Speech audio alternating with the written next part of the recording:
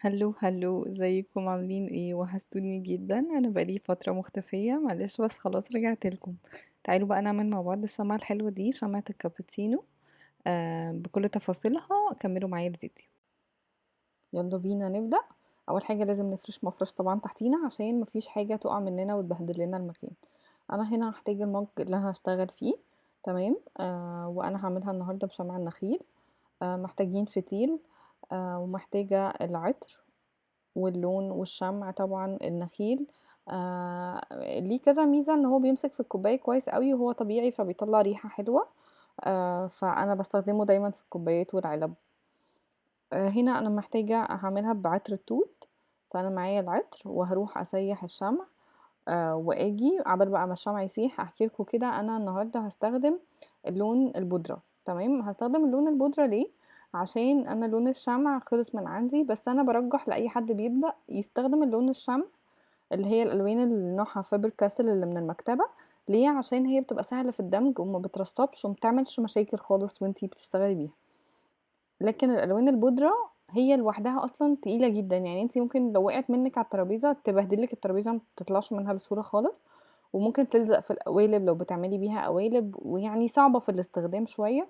وبتحتاج دمج كتير عشان تختفي تماما وما ترصبش في الشمع. بس انا هنا مضطرة يعني.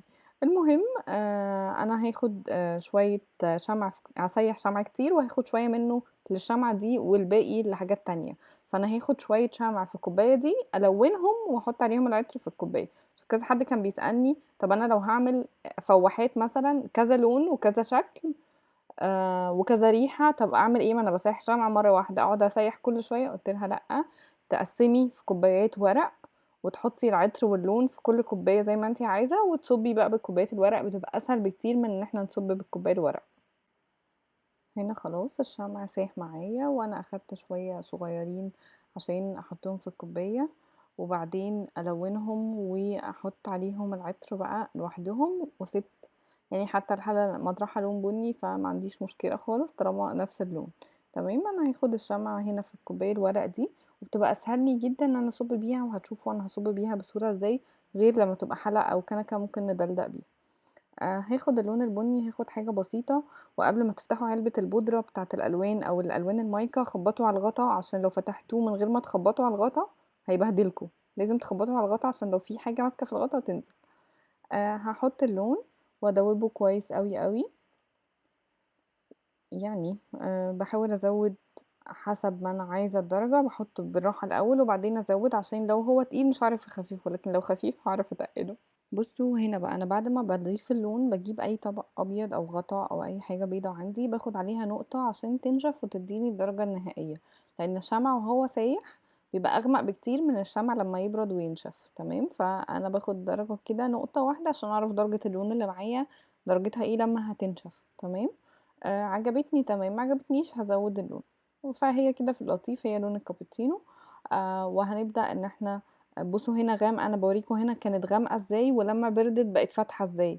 فالشمع هو سايح ما يخدعكوش عشان بيبقى غامق جدا هتفتكروا ان هو هيطلع غامق وفي الاخر لما ما يبرد هتلاقوه فاتح جدا. فخلوا بالكم. هنا انا هحط العطر توت. تمام.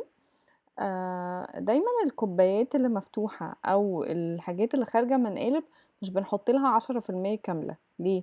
لان ال10% للحاجات اللي مقفولة بتحافظ عليها. لكن الحاجات اللي مفتوحة ملهاش غطا او الحاجات اللي خارجة من قالب كده كده الريحة هتروح منها بعد فترة لوحدها بعوامل الجو، الا لو بعد كل استخدام بروح واخداها لفها في كيس او قافلاها في علبة عشان الريحة تفضل جواها.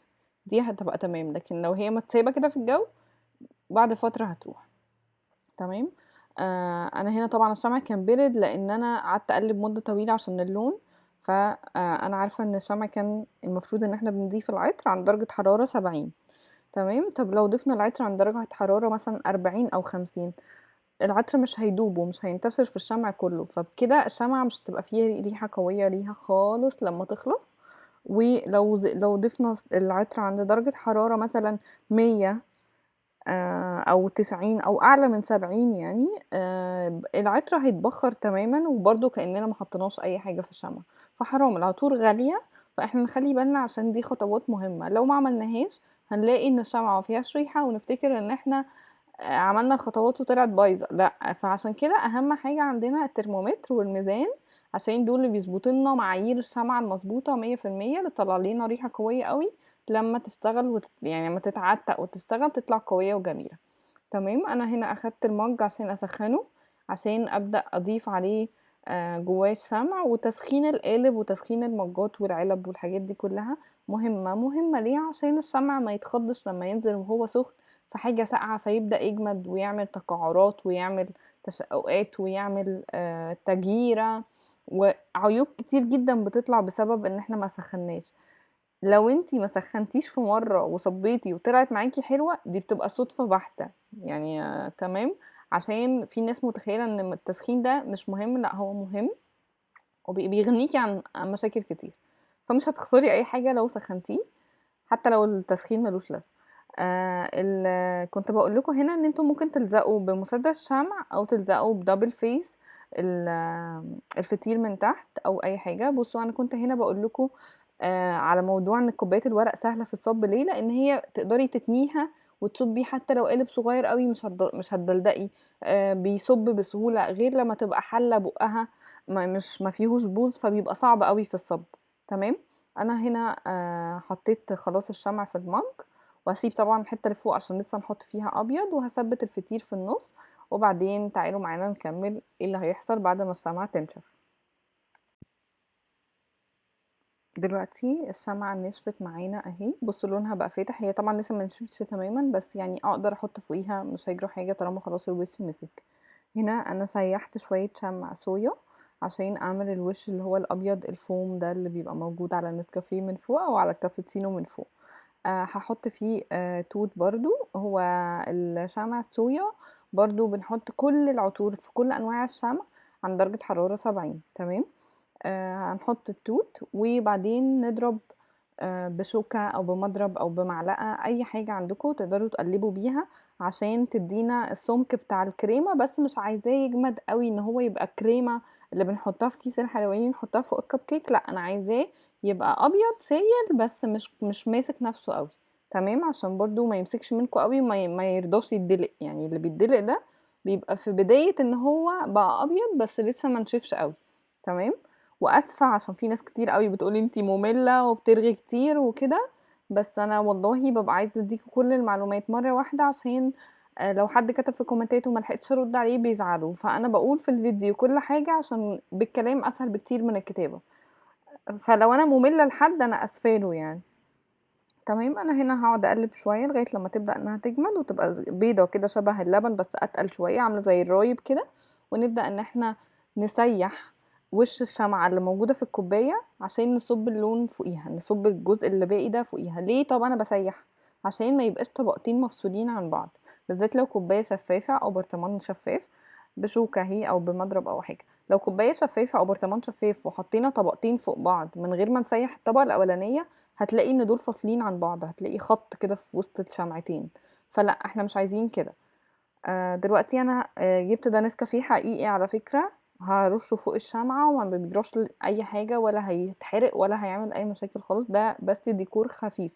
كذا ناس كذا حد من الناس بيسأل طب السبرينكلز اللي على الكب كيك دي بتبقى حقيقية ولا شمع؟ لا طبعا دي حقيقية سكر وما بيجرالهاش اي حاجة، لان هي اصلا قليل جدا وبعيد عن الشعلة فمش هتتحرق، يعني مش هتعمل اي مشكلة خالص.